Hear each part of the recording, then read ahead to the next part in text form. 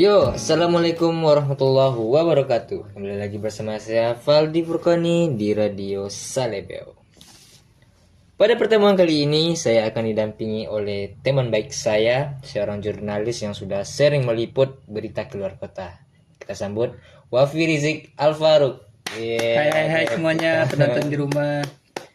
Oke, untuk tema pembahasan kita malam ini, seperti permintaan pendengar setia Radio Selebeo, Bang, bikin podcast yang bahas biografi tokoh-tokoh Indonesia, Bang, bikin podcast yang tentang perjuangan nasionalisme Indonesia, Bang. Nah, untuk memenuhi permintaan teman-teman di rumah, kami sudah mendatangi dua orang bintang tamu yang fenomenal, yaitunya dua mahasiswa jurusan sejarah dari Universitas Indonesia, Ahmad Irfan Andesta bersama Rifki Atorik. Baik, gimana kabar mahasiswa yang tampan-tampan ini? Apakah sehat? Alhamdulillah saya baik, Bang Valdi, Bang Wafi. Dan saya juga luar biasa sehat-sehat. Masya Allah. Baik, jadi gini Wafi, pada episode kali ini itu tentang melawat sejarah Indonesia. Ya. Kita sengaja mengundang dua orang narasumber dari kalangan mahasiswa, calon-calon sejarawan. Amin. Sekalian akan berbincang santai bagaimana sih tentang kehidupan mereka, apa alasan mereka memilih jurusan sejarah dan lain-lainnya. Oke. Baik, kembali pada topik melihat kembali sejarah Indonesia, ada seorang tokoh intelektual, perintis dan revolusioner kemerdekaan Indonesia yang berasal dari Sumatera Barat, tepatnya di Padang Panjang, yaitunya Sultan Syahrir. Ya, benar sekali Bung Valdi. Sultan Syahrir ialah seorang negarawan, politisi, serta pejuang kemerdekaan yang sangat berpengaruh mestinya. Perjalanan hidupnya begitu menarik dan dapat penuh dinamika. Ya, sejak muda Sultan Syahrir telah menunjukkan jiwa pemberontak dan pemikiran progresif yang membuatnya sering berselisih dengan pemerintah kolonial Belanda. Jadi kalau untuk kolonial Belanda nggak apa-apa sih ya, ya Bang. Iya. Kalau Indonesia ya harus ditindaklanjuti. Tapi juga kita harus mengetahui nih Bung Valdi. Ya. Perjuangan Sultan Syahrir tidak pernah surut. Setelah kemerdekaan ia menjadi Perdana Menteri pertama Republik Indonesia nih Bung. Jadi Perdana Menteri pertama di Indonesia ya? Ya, benar sekali. Oke. Dan Catat. tak lupa juga beliau juga turut membangun landasan bagi negara kita ini. Oh, jadi Sultan Syahrir ini adalah salah satu tokoh utama ya yang membangun negara Indonesia ini. Jadi mungkin kita sedikit penasaran tentang perjalanan hidupnya, tidak selalu mulus itu. Ya. Sultan Syahrir juga menghadapi banyak tantangan pastinya, baik dari dalam maupun dari luar negeri, yang membentuk karakternya sebagai seorang negarawan yang tangguh. Ya, dan juga kita akan mengulik nih gimana kisah hidup Sultan Syahrir dari masa mudanya sebagai aktivis, kemudian perannya dalam merebut kemerdekaan, hingga kepemimpinannya di awal berdirinya Republik Indonesia. Oke, jadi tunggu apa lagi? Mari kita mulai petualangan sejarah ini di podcast Selebel. Tetap di sini dan mendengar lebih lanjut tentang perjalanan hidup Sultan Syahrir dalam podcast Melawat Sejarah. Oke. Ya, baik. Mungkin boleh nih Bung, kita tanya-tanya sedikit nih kepada boleh. abang-abang mahasiswa yang nganteng-nganteng ini. Jadi kan gini Bang, kan kita pada hari ini berbicara mengenai salah satu tokoh, yakni Sultan Syahrir kan. Nah, ada nih satu pertanyaan yang membekas gitu, terpikirkan terus. Bisa nggak abang-abang berdua ini mungkin ceritakan sedikit tentang latar belakang Sultan Syahrir ini? Mungkin bisa dari masa kecilnya, keluarganya, pokoknya tentang Sultan Syahrir lah pokoknya Bang. Saya dulu ya? Ya, boleh Bang Irfan. Oke. Baik, perkenalkan saya Irfan. Saya mahasiswa dari Universitas Indonesia, jurusan sejarah.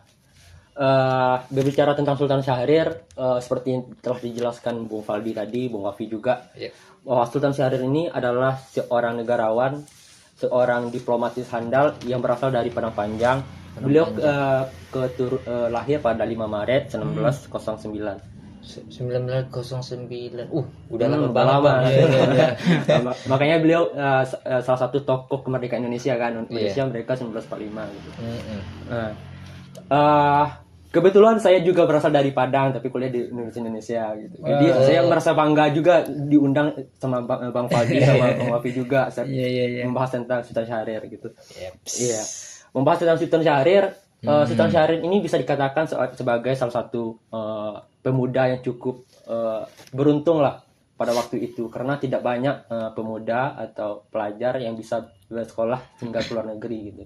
Oh iya, dulu memang ada ya, kayak saya pernah dengar yang buku yang diterbitkan oleh Kartini bahwasanya pendidikan ini pada zaman dulu memang sangat sulit. Sangat sulit.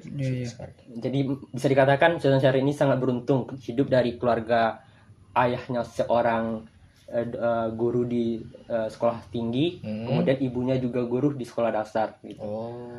Sultan Syahrir ini setahu saya dia menempuh pendidikan SD-nya tuh di ELS, habis itu sekolah pertamanya di Mulo, kemudian beliau beranjak ke Bandung di AMS, iya.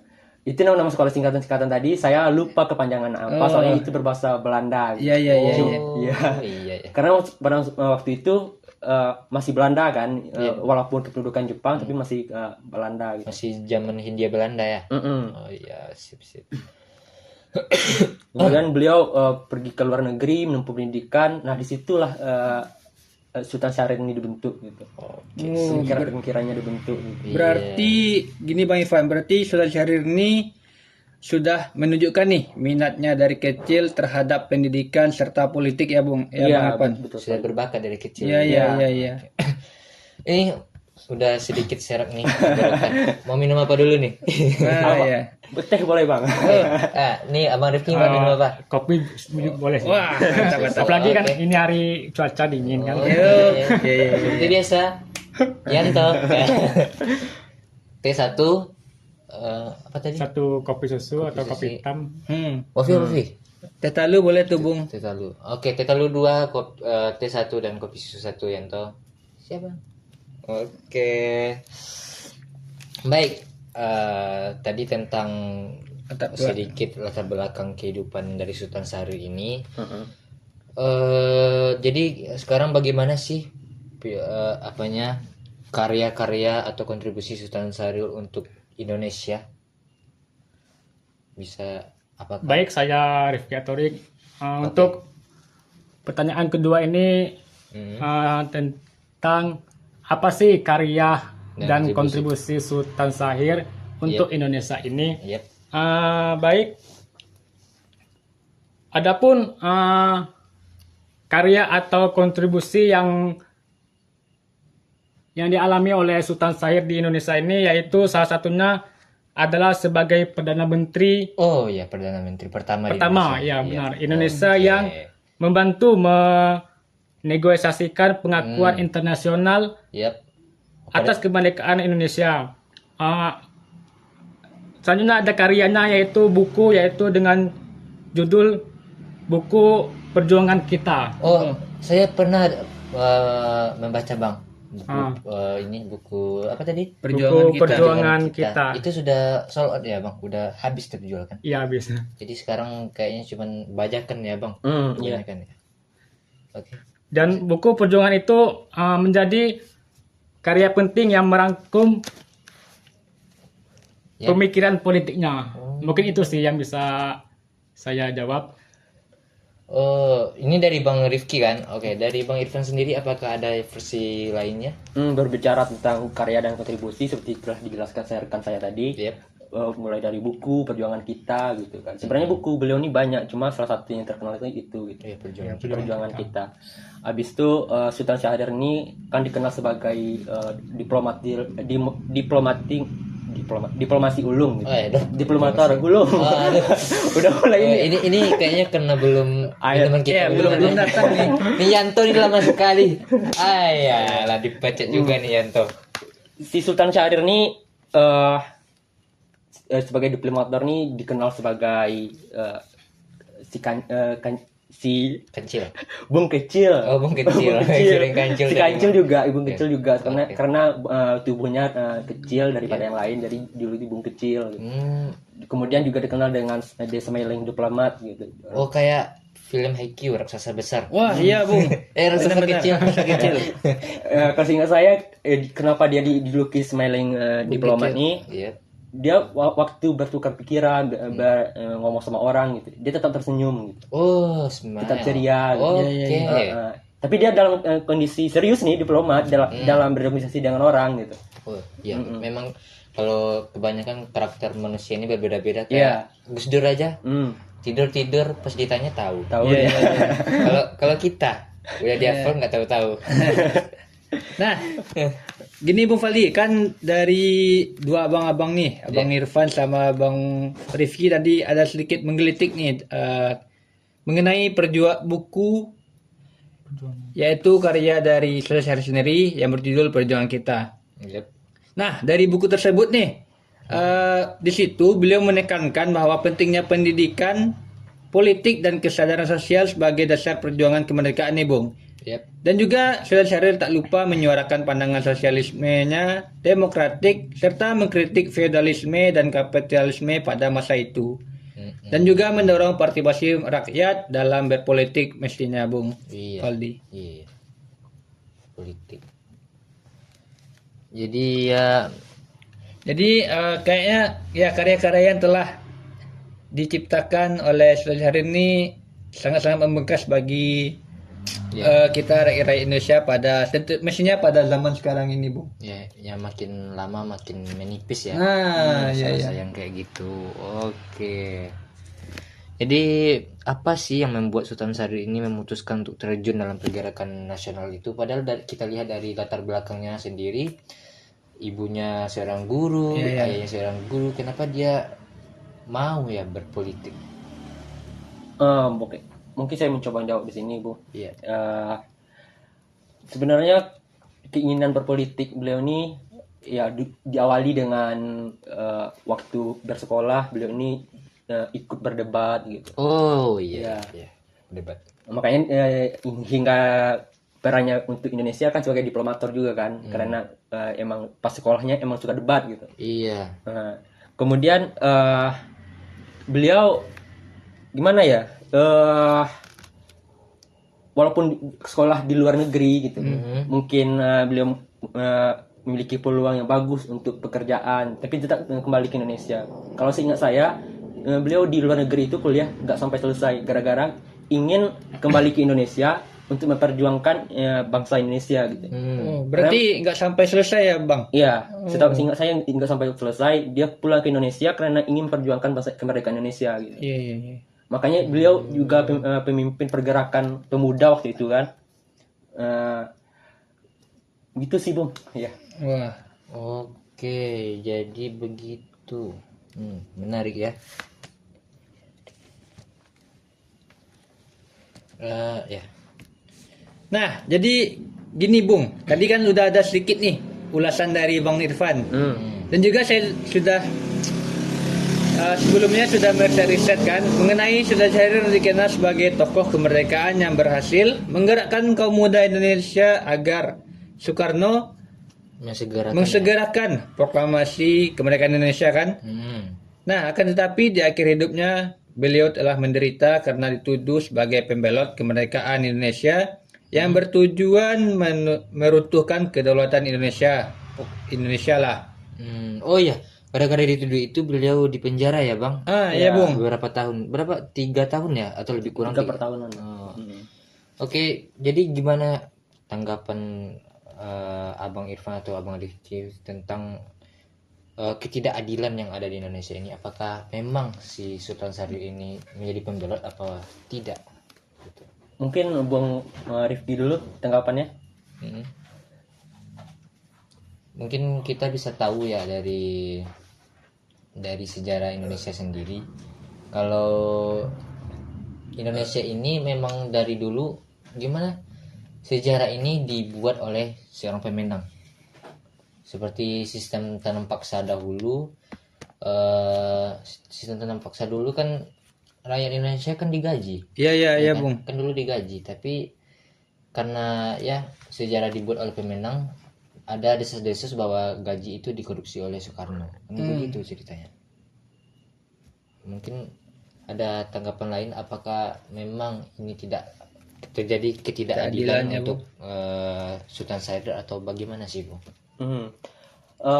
Kan kita tahu ya, Sultan Syahrir ini sebelumnya perdana menteri gitu waktu kemerdekaan, perdana menteri luar negeri dan dalam negeri. Kemudian pas jabatan beliau berakhir, tidak lagi bersama, dalam artinya tidak lagi bersama Soekarno gitu. Beliau dituduh sebagai pembelot, hingga dipenjara dan diasingkan hingga menderita stroke dan harus dilarikan ke Swiss untuk berobat gitu kan.